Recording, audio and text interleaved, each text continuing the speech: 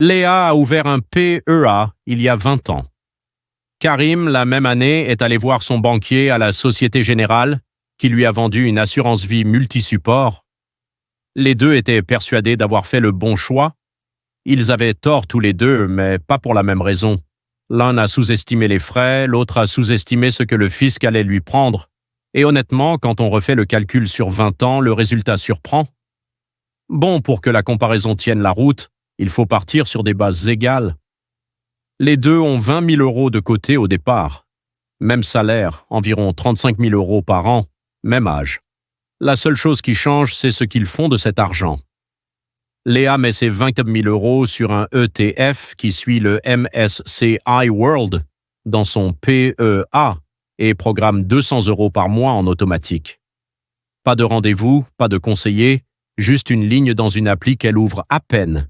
Karim, lui, signe un contrat où 60% part sur le fonds euro garanti et 40% sur des unités de compte, sur les conseils de Sonia, sa conseillère bancaire, qui lui répète que c'est le placement préféré des Français. Karim se sent rassuré. Il a un dossier, une signature, un rendez-vous annuel. Les premières années, c'est Karim qui a l'air malin. Le fonds euro ne baisse jamais. Sa conseillère l'appelle une fois par an pour lui montrer un joli graphique qui monte tranquillement. Quand il en parle à table, tout le monde hoche la tête. Léa, elle, se fait dire que mettre son argent tout seul en bourse, c'est un peu inconscient. Personne ne lui pose de questions sur son PEA. Autant dire que socialement, Karim gagne largement. Sauf que si on regarde les chiffres à l'année 3, ça se complique. Le fonds euro de Karim rapporte autour de 2,5% brut par an ces dernières années. Sa poche en unité de compte tourne plutôt vers 6%. Sur le papier, ça donne un contrat autour de 4% par an. Mais il y a eu 2% de frais d'entrée dès le départ, 400 euros qui n'ont jamais été investis, plus 0,6% de frais de gestion annuels sur le fonds euro, 0,85% sur les UC et encore 1,5 à 2% de frais internes sur les supports eux-mêmes, ceux que Sonia ne mentionne jamais en rendez-vous parce qu'une partie lui revient sous forme de rétrocommission. Une fois tout ça enlevé, le rendement réel de Karim tombe à 2,5% par an, pas les 4% annoncés. Léa paie 0,20% de frais sur son ETF, pas de frais d'entrée sur son PEA, sur la même période, avec un marché mondial qui a fait autour de 8% de moyenne. Son capital a suivi la performance quasiment sans perte au passage. Ce que Karim a en revanche et que Léa n'a pas, la liquidité totale à tout moment, sans condition. Le PEA fonctionne différemment. Avant 5 ans, un retrait ferme le compte et efface l'avantage fiscal. Ce n'est pas rien. Si Léa avait eu un coup dur avant ses 5 ans de PEA, elle aurait perdu bien plus qu'un peu de rendement. À 5 ans, justement, Léa passe un cap. Elle peut retirer de l'argent sans fermer son PEA et ne paie que 17,2% de prélèvements sociaux sur les gains, rien d'autre. Karim doit encore patienter jusqu'à 8 ans pour atteindre le seuil fiscal intéressant de son contrat. Il y a un truc que personne ne dit à voix haute sur l'assurance vie. Les frais continuent à tourner même les années où le fonds euro rapporte à peine plus que l'inflation. Les frais d'arbitrage à chaque changement de support, les prélèvements sociaux de 17,2% qui tombent chaque année sur les intérêts du fonds euro, même sans retrait.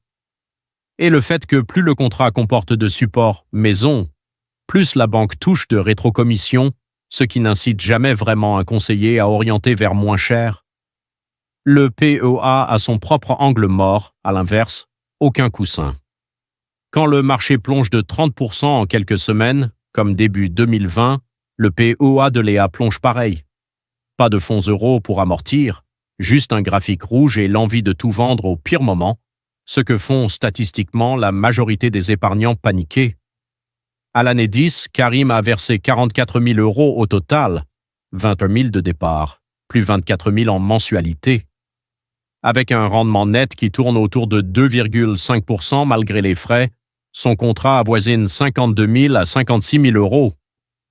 Léa a versé la même somme.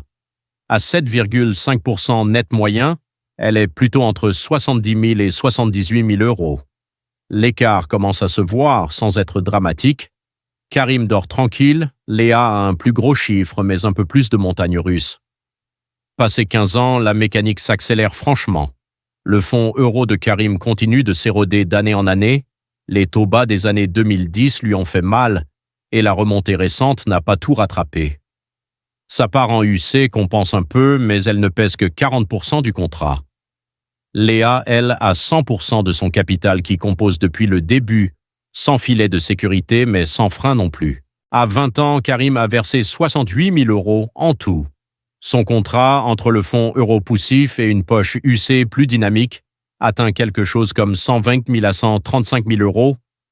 Léa, avec les mêmes 68 000 euros versés et un PEA qui a traversé 2008, 2020 et 2 ou 3 autres frayeurs, se retrouve entre 260 000 et 300 000 euros, plus du double. Alors oui, sur le papier, Léa gagne largement. Mais ce serait malhonnête de s'arrêter là, parce que l'assurance vie a un atout que le calcul brut ne montre jamais, la transmission. Si Karim décède avant ses 70 ans, chaque bénéficiaire qu'il a désigné touche jusqu'à 152 500 euros totalement exonérés de droits de succession, hors des règles classiques de l'héritage. Le POA de Léa, lui, est fermé au décès et retombe dans la succession classique, sans aucun régime particulier. Pour quelqu'un qui pense d'abord à ce qu'il laisse derrière lui, ce point-là peut peser plus lourd que n'importe quel écart de rendement. Le fonds euro garantit aussi un capital que le PEA ne garantit jamais. Pour un projet à 3 ou 5 ans, ou pour quelqu'un qui ne dormirait pas en voyant son épargne perdre 30% en un mois, cette garantie a une vraie valeur, même si elle se paie en performance. L'assurance vie n'a pas non plus de plafond de versement, contrairement au PEA, limité à 150 000 euros. Et elle donne accès à des supports que le PEA interdit purement et simplement. Fonds obligataires, SCPI, produits structurés. Le PEA, de son côté, tient la corde sur un horizon long, 15-20 ans, sans besoin de retirer l'argent en cours de route. Sa fiscalité après 5 ans est difficile à battre, 17,2% sur les gains, un point c'est tout. Pas d'impôt sur le revenu, pas de tranche marginale à gérer. Pour une exposition 100% action sans dilution par un fonds euro à bout de souffle et sans les frais empilés d'un contrat multi-support, c'est probablement l'enveloppe la moins chère du marché français. Karim et Léa sont tous les deux repartis il y a 20 ans en pensant avoir fait le choix évident. Karim faisait confiance au placement préféré des Français. Léa faisait confiance à un indice qu'elle ne regardait presque jamais. Ni l'un ni l'autre n'avait vraiment pris 30 minutes pour comparer les frais, la fiscalité et le risque sur le long terme. Et si vous vous demandez ce que ça donne quand on fait les deux à la fois, PEA pour faire grossir le capital, assurance vie en complément pour la sécurité et la transmission, c'est une autre vidéo, et elle changera probablement la façon dont vous répartissez votre épargne. En attendant, la prochaine fois que quelqu'un vous vante l'un ou l'autre sans nuance, demandez-lui juste s'il a vraiment fait le calcul ou s'il répète ce qu'on lui a dit en rendez-vous.